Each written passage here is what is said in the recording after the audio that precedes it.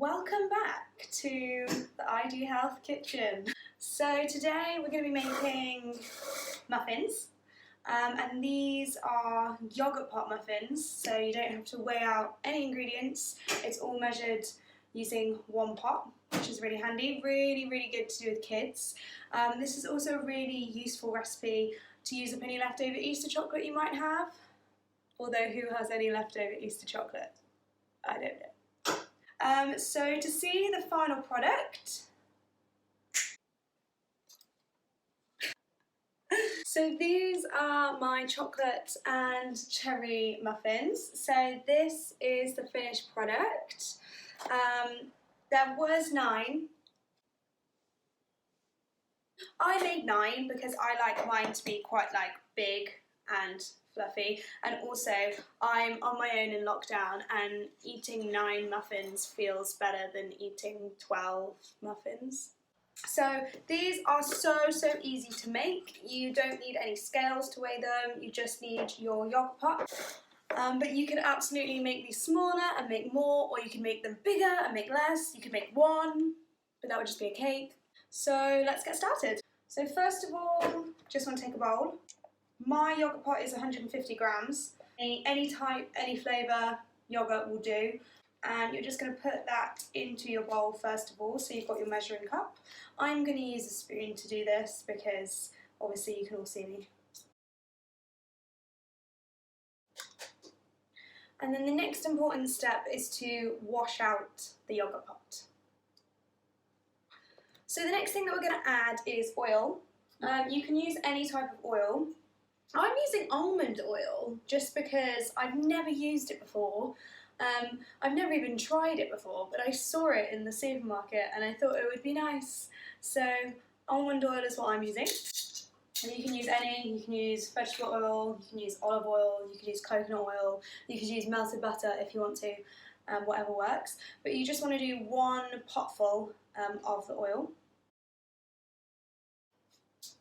And next up, we've got 2 eggs, so we're not measuring these with a pot, but that would be weird.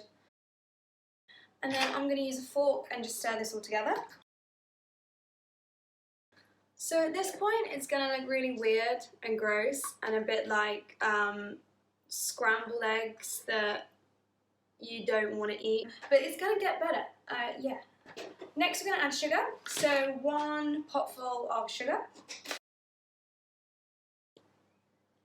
And I'm using caster sugar because I have it, but you can use granulated, it's fine.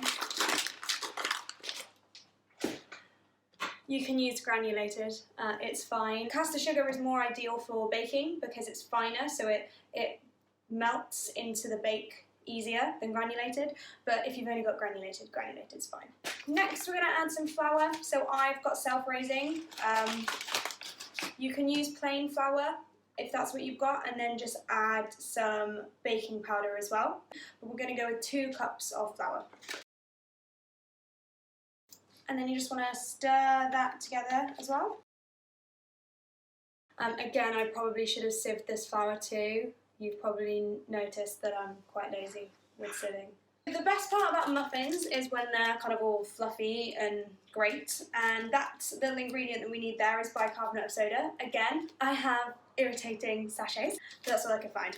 So we aren't going to use the cup for this one or the yogurt pot for this one because that would be quite a lot. A teaspoon of bicarbonate of soda is all you need. And this is where we're going to add the chocolate as well. So my favourite flavour combination for this is white chocolate and raspberry. I am actually using little bits of leftover Easter egg that I had. So I have milk chocolate, white chocolate and dark chocolate. The recipe says for 100 grams of chocolate. However, I do believe that you don't measure chocolate with a scale, you measure chocolate with your heart. So whatever feels right, really. You know, I'm a nutritionist, so I probably shouldn't say that. So the chocolate goes in, and then you should have something that looks a little bit like this. So next comes filling our cases. I'm going to use frozen cherries as my fruit in these muffins. So the way that I'm going to do this is I'm going to put a little bit of mix in the base of each paper case, and then I'm going to put some fruit in between, and then put some more of the batter on top. There's so much chocolate in this.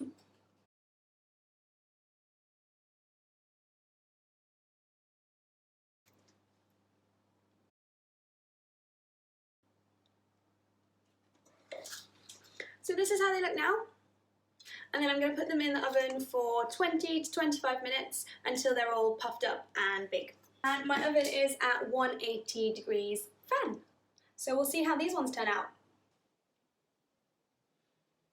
Alexa, stop. From recipe, you can absolutely play around with what you put in these. So white chocolate and apricot are another firm favourite flavour combination. White chocolate and raspberry is definitely great. You could put cocoa powder in the mix as well and make them chocolate. You could not have any chocolate at all, but I don't know why you'd want to do that. So I used frozen cherries to make these, and I should have defrosted them first, but I didn't actually think about that at the time.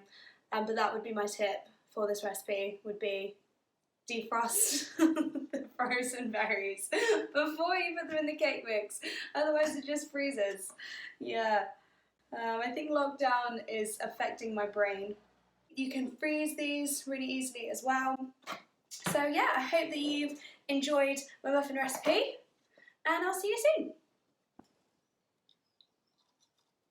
The bicarbonate of soda. Why can I never say that?